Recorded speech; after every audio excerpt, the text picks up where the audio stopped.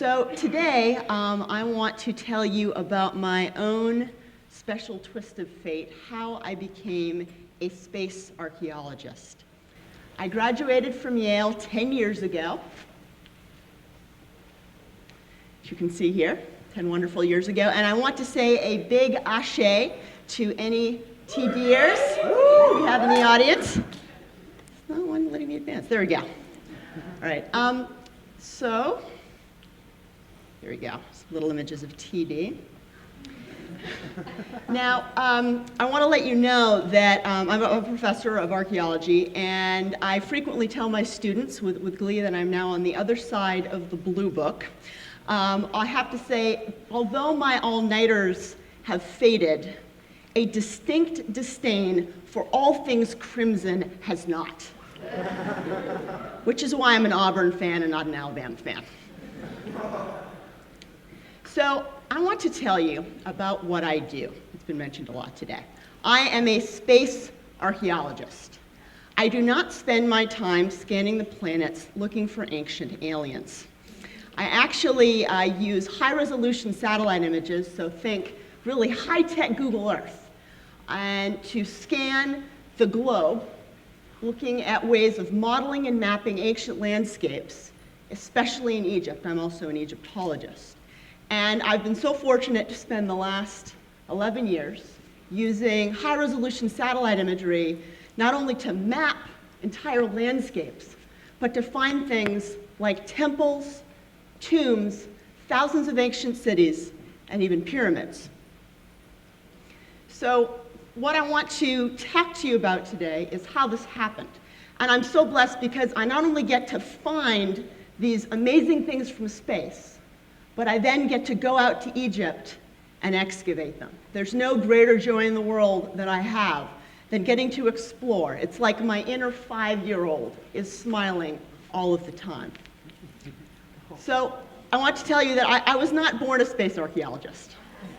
I was not born an archaeologist or Egyptologist or anything other than a baby girl.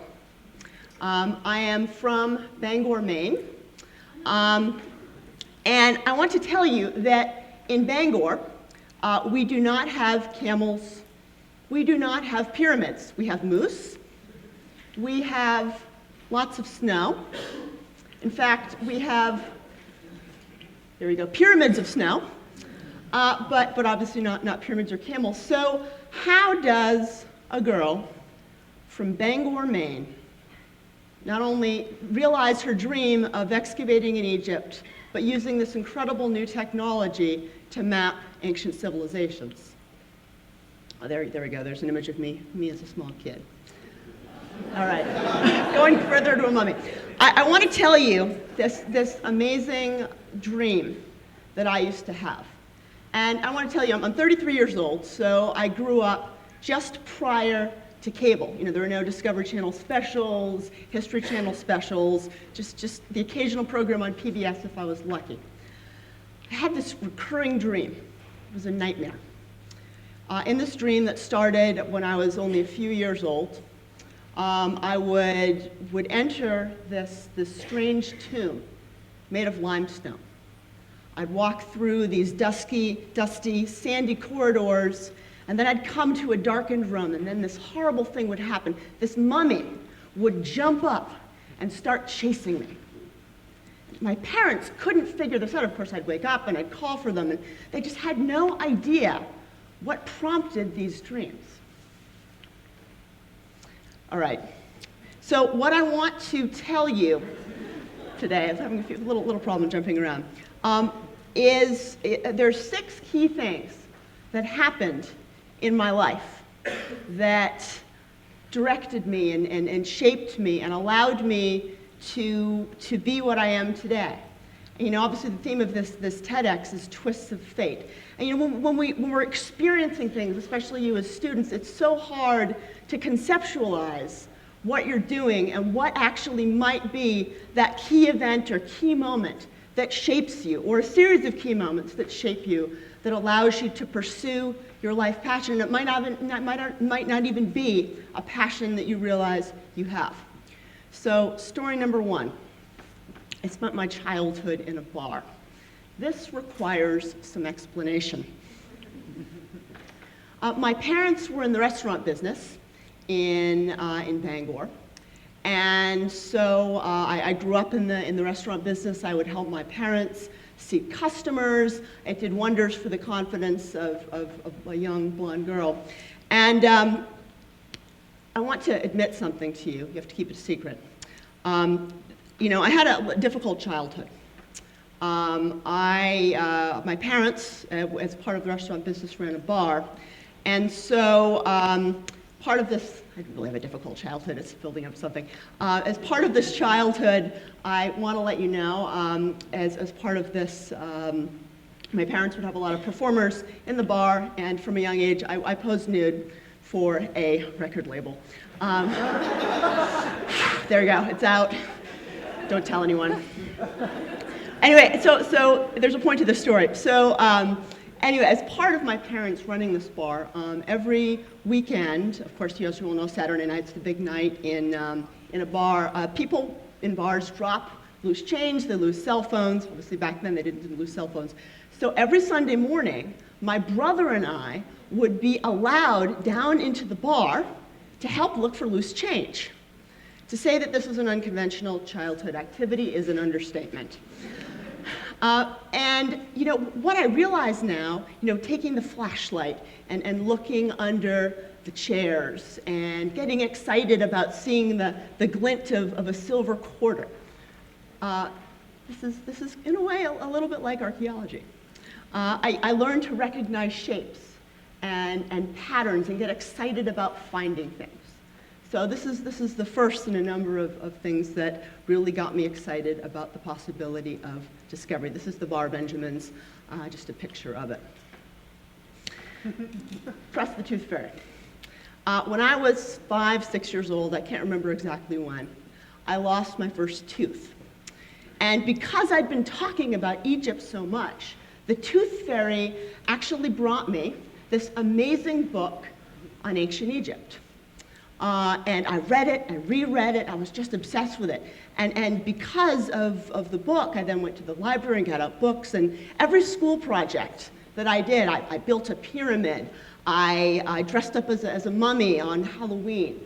Everything that I could do and could learn about ancient Egypt, I did, all because my parents had the foresight to get me this wonderful book. I actually looked at it before coming here. And it's a wonderful history. It was very, very well done. So you never know when a single book can help redirect somebody's life. I want to tell you about my hero, very special person, Professor Harold Young, World War II hero, world famous forestry professor, and my grandfather. Grampy was in the famed 101st Screaming Eagle Division. He was a captain.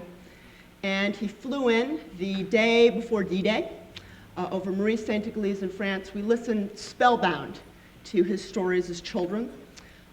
He landed, he survived the initial night.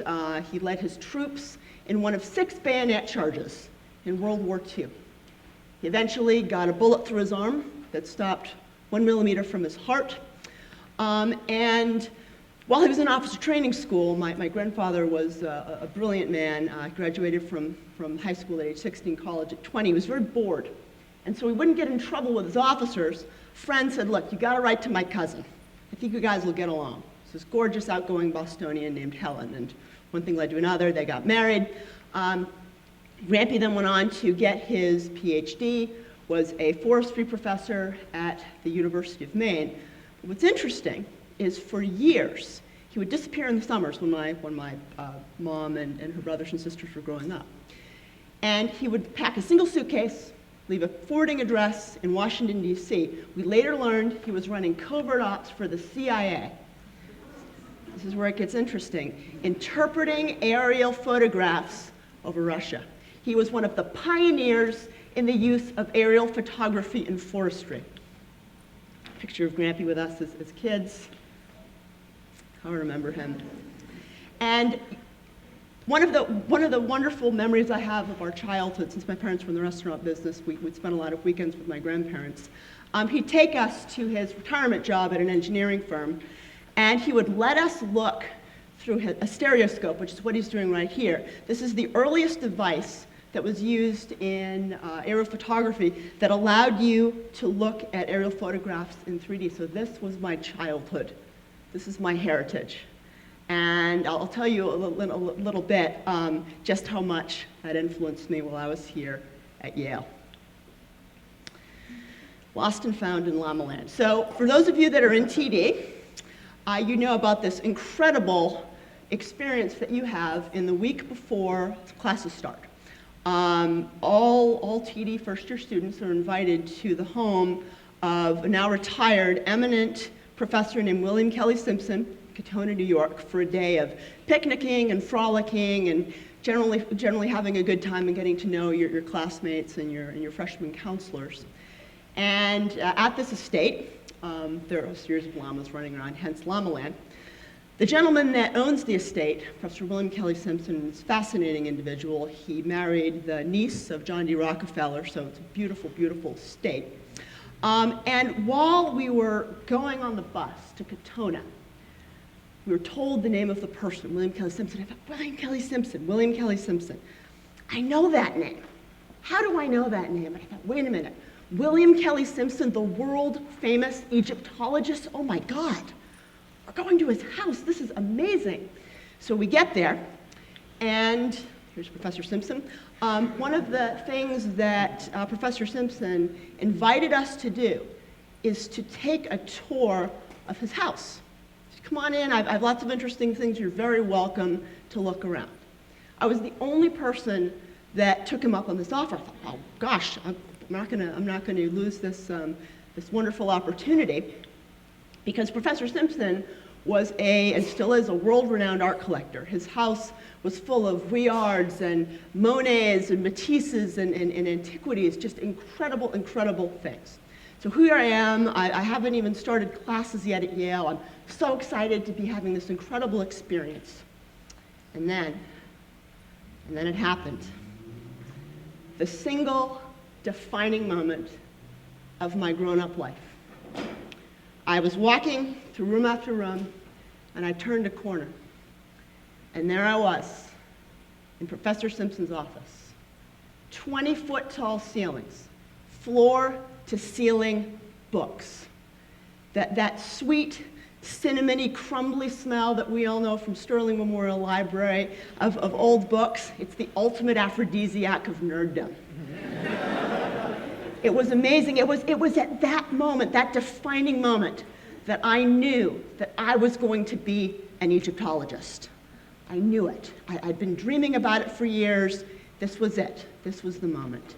One thing led to another. I ended up working for Professor Simpson, working at the Yale Art Gallery, majoring in Egyptology, and that was that. Or so I thought.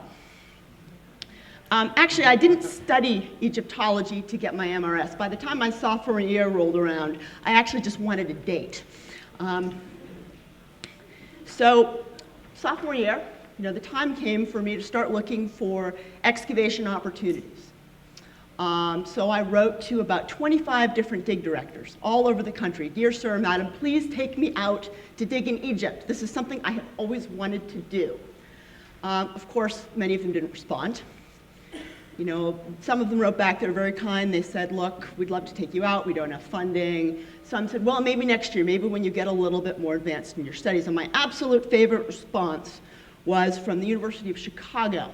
The secretary had sent back my letter and my CV in the package, crossed out the name of the professor, and written deceased 25 years. Didn't really know any better. So I think, what do I do? It's December. I knew you had to get your permits in months in advance, get your permissions for working in Egypt. So I was home that Christmas, desperately searching online, and then this completely chance discovery. I typed in the right sequence into Google. I found a field school being run through Penn State University. I immediately wrote to the dig director. He wrote me back that morning and said, look, I'm going to be sending off my papers tomorrow. if you can FedEx me, if you can overnight me your passport and this form, I will give you a chance to come on this field school. If I'd found it even the next, the afternoon of the next day, I wouldn't have been able to go. So a chance discovery at 2 a.m. in the morning led me to this incredible opportunity. So I decided to travel around Egypt for 2 weeks.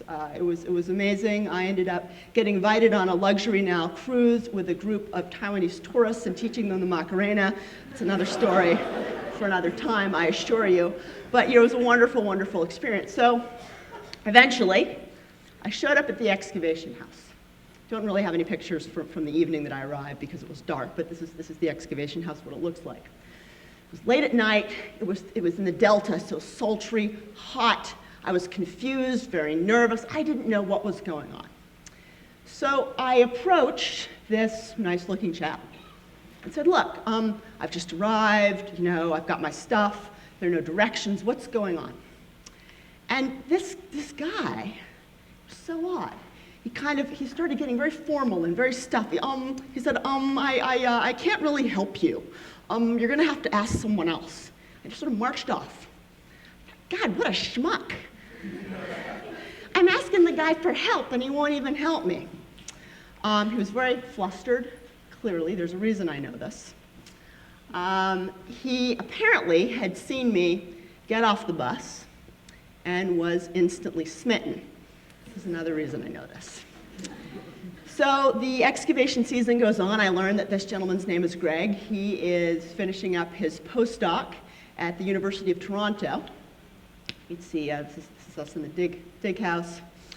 And Greg is, or was, still is today, just a consummate archaeologist. See, you're covered in dirt. And he would never leave his excavation square. That was it. That's where he stayed. Except I asked Greg for help. And he left his square to come help me to learn how to dig. One of our dig friends who keeps a diary wrote, when he saw Greg do this, Sarah made Greg leave his trench. They're gonna get married. Well, one thing led to another. Greg invited me to join his excavation the next summer. And wonderful pictures of us working together. 7 years later, we got married. And 12 years later, Greg will always be my best archaeological find. All right.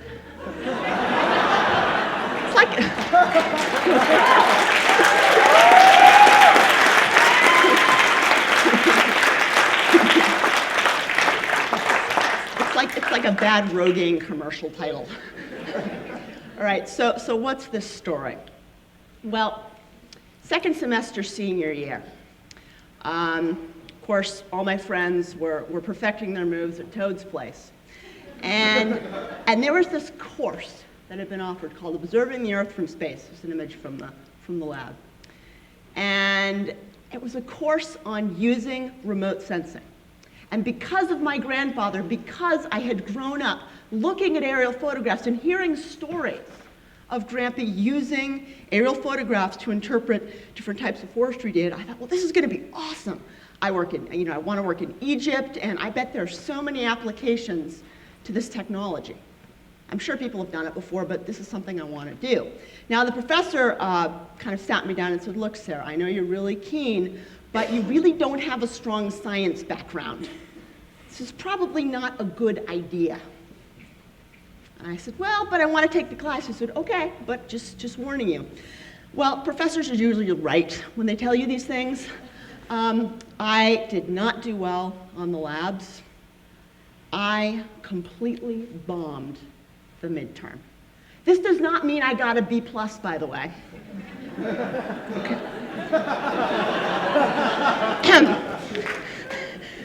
I got a genuine F, the first one I'd ever gotten at Yale, the first grade I'd gotten, that low ever. I was freaking out. At that point in time, I had a full ride to Cambridge. My entire future was riding on whether or not I passed this class. I just was panicking. So one afternoon I was in the lab, we'd started work on our projects. I was just almost in tears. I didn't know what I was doing. I was so scared. And this wonderful man came and sat next to me. He said, you look like you could use some help. What's going on? And I took a deep breath. I said, look, here's my project, and this is what I want to do. And he spent about an hour with me, sitting down very calmly, explaining, showing me a few tricks, hitting a few buttons. And it was like he had picked up entire mountains and moved them with his own hands. And all of a sudden, real research was possible. And so I ended up doing my project on developing a methodology for locating ancient water sites in Sinai. I sort of learned, gosh, hardly anyone's ever done this work before. And when it came time to look at my final grade, I knew the math.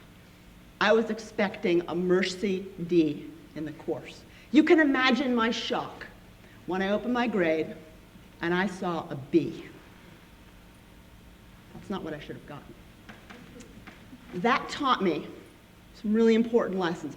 It taught me, first and foremost, that failure was essential in overcoming tremendous scientific obstacles. It taught me, it's true, it taught me that sometimes you are rewarded for great effort. And most importantly of all, that I'd fallen in love with this amazing scientific field. And I couldn't wait to do more. And this led to graduate school and a PhD, some really amazing opportunities to do television work, some great, couldn't help it, so I got to work with Brendan Fraser last summer, part of a TV thing, and really a lot of amazing opportunities, all because one person sat down with me, didn't see a failure or a struggling student, but someone that needed a gentle push in the right direction. And I have to say, I'm incredibly honored. This man, Larry Bonneau, is my special guest today. So it's a real honor to be able to thank him on this stage for everything that he has made possible. So my life has been full of interesting twists and interesting turns, some completely random, others sheer dumb luck, but it's a path that I'm so lucky to be on. I want to finish up by going back to the story of the mummy, the one I told you at the beginning of this talk, the nightmare that I had. Well, I didn't have the dream for years and years and years. And when I was in grad school, for some reason, I had the same exact dream. I was in this limestone, poorly lit corridor going down, sandy path after sandy path, and then there was this dark room, and I knew it. I knew the mummy was going to be chasing me again.